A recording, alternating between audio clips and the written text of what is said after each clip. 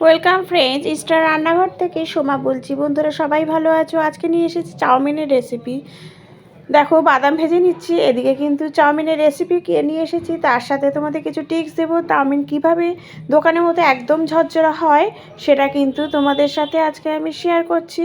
দেখো, চাউমিনটা যখন বয়েল করতে বসিয়ে দিয়েছি, যখন ভালো মতো বয়েল হয়ে যাবে ওই সময় দিয়ে দেবে হচ্ছে একটু সাদা তেল আর একটু নুন।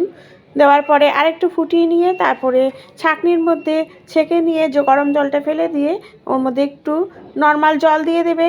তাহলে দেখবে, দেখো আমি রান্নাটা দেখাচ্ছি কতটা ঝরঝরা হয়েছে চাউমিনটা।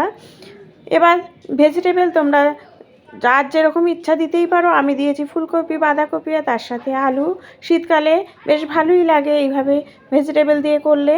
আর বেশি কিছু দিইনি। তারপরে সয়া সস, চিলি সস দিলাম। ভেজিটেবলটা ভালো মতো ভাজা হয়ে গেলে সবজিটা, তারপরে সসগুলো দিয়েছি, চিলি সস, সয়া সস, আর তার সাথে দিলাম হচ্ছে একটু স্লাইড হলুদ আর নুন দিয়ে সবজিটা ভেজেছিলাম।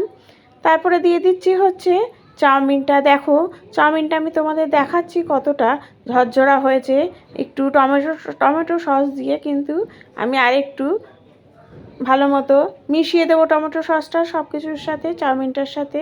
দেখো, তোমাদের দেখাচ্ছি কতটা একটার সাথে একটা কিন্তু দেখো আরেকটা লেগেও যায়নি, একদম দোকানের মতোই হয়। Thank you.